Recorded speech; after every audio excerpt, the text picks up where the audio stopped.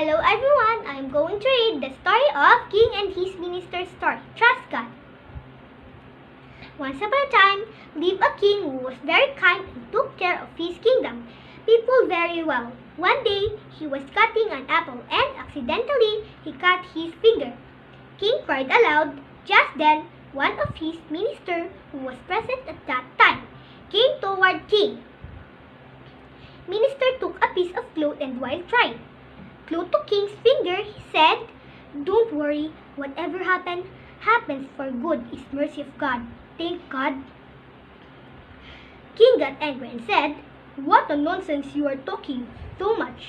Blood is coming out. I am crying in pain and you are saying it's mercy of God? You are a big fool. I will throw you in jail."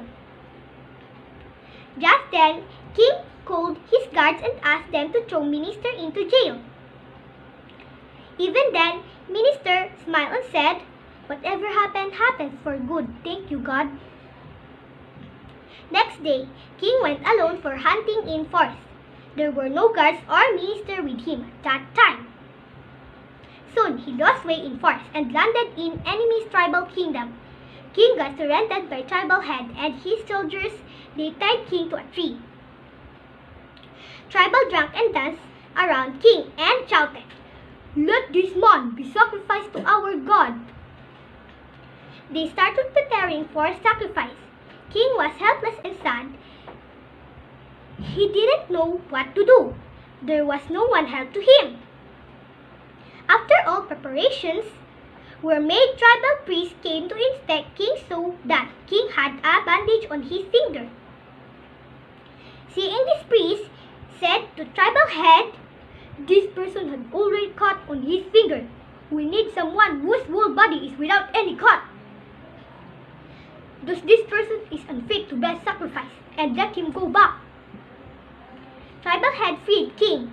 King got back to his kingdom safely and told this story to his minister, who was put in jail. Minister then smiled and said, "See, I told you, whatever happens for our own good is mercy of God.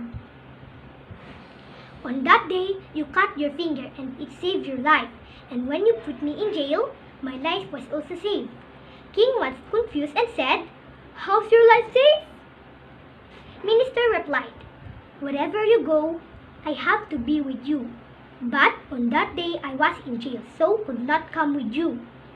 If I had come with you, then tribal king would have sacrificed me, because there was no curse on me.